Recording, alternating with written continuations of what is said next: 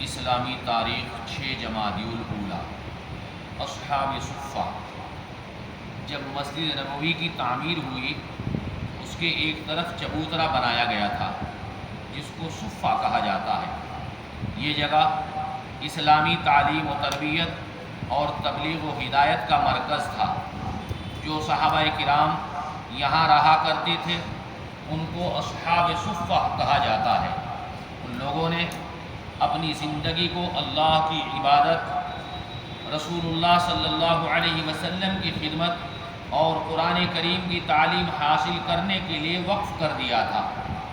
ان کا نہ کوئی گھر تھا اور نہ کوئی کاروبار۔ آپ صلی اللہ علیہ وسلم کے پاس کبھی کھانا آتا تو ان لوگوں کے پاس بھیج دیتے تھے اور کبھی خود بھی ان کے ساتھ بیٹھ کر کھایا کرتے تھے۔ ان کی تعلیم کے لیے پڑھانے والے مقرر تھے جن سے وہ لوگ قرآن کریم سیکھتے اور علم دین حاصل کیا کرتے تھے۔ اسی لیے ان میں اکثر صحابہ قرآن کریم کے بہترین قاری تھے۔ اگر کہیں اسلام کی تبلیغ اور تعلیم و تربیت کے لیے کسی کو بھیجنے کی ضرورت پیش آتی تو انہی صحابہ میں سے کسی کو بھیجا جاتا تھا۔ رسول اللہ صلی اللہ علیہ وسلم کے جلیل القدر صحابی اور حدیث کو سب سے زیادہ روایت کرنے والے حضرت ابو ہریرہ رضی اللہ تعالیٰ عنہ بھی انہی اصحاب صفہ میں تھے۔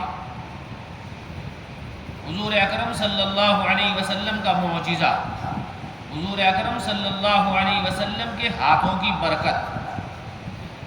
حضرت عائد بن عمر رضی اللہ تعالیٰ عنہ کو جنگ حنین میں دوران جنگ چہرے پر ایک چوٹ لگی جس کی وجہ سے چہرہ، داڑھی اور سینہ خون آلود ہو گیا، تو حضور اکرم صلی اللہ علیہ وسلم نے اپنے ہاتھ سے اس کو صاف کیا اور ان کے حق میں دعا فرمائی۔ راوی فرماتے ہیں کہ حضرت عائد رضی اللہ تعالیٰ عنہ نے اپنی زندگی میں یہ واقعہ بہت مرتبہ سنایا۔ چنانچہ جب آپ کی وفات ہوئی تو غسل دیتے ہوئے ہم نے وہ جگہ جس پر خون صاف کرتے وقت حضور اکرم صلی اللہ علیہ وسلم کا ہاتھ مبارک لگا تھا وہ بالکل سفید اور چمکدار پایا۔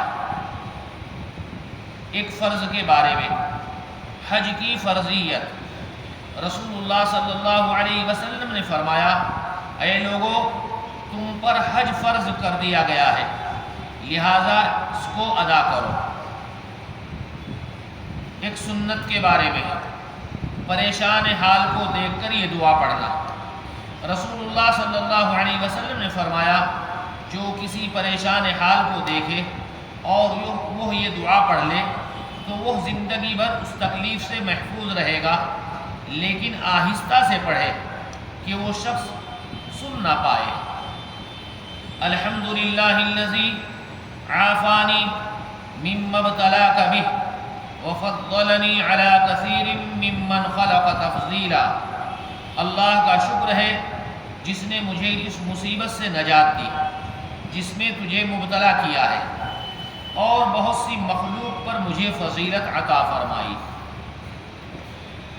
ایک اہم عمل کی فضیلت، دینی بھائی کی زیارت۔ رسول اللہ صلی اللہ علیہ وسلم نے فرمایا، جس نے کسی مریض کی عیادت کی یا کسی دینی بھائی کی زیارت کی تو ایک پکارنے والا فرشتہ کہتا ہے، تم دنیا میں اچھے رہو، تمہارا اچھے کاموں کی طرف چلنا مبارک ہو، اور تم نے اپنے اس عمل کے ذریعے جنت کا بلند درجہ حاصل کر لیا۔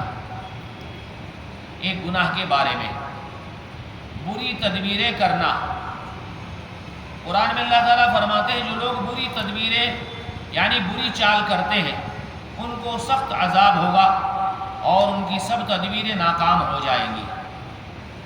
دنیا کے بارے میں، دنیا کا سامان چند روزہ ہے۔ قرآن کریم کے اندر اللہ فرماتے ہیں، دنیا کا سامان کچھ ہی دن رہنے والا ہے، اور اس شخص کے لیے آخرت ہر طرح سے بہتر ہے جو اللہ تعالیٰ سے ڈرتا ہو، اور قیامت میں تم پر ذرا برابر بھی ظلم نہ کیا جائے گا۔ آخرت کے بارے میں ہر نبی کا حوض ہوگا۔ رسول اللہ صلی اللہ علیہ وسلم نے فرمایا ہر نبی کے لیے ایک حوض ہوگا، اور انبیاء آپس میں فخر کریں گے کہ کس کے حوض پر زیادہ امتی پانی پینے کے لیے آتے ہیں۔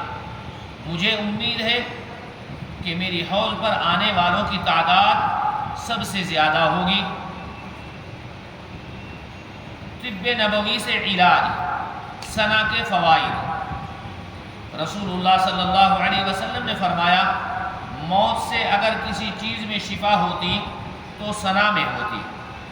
سنا ایک درخت کا نام ہے جس کی پتی تقریباً 2 انچ لمبی اور 1 انچ چوڑی ہوتی ہے۔ اس میں چھوٹے چھوٹے پیلے رنگ کے پھول ہوتے ہیں۔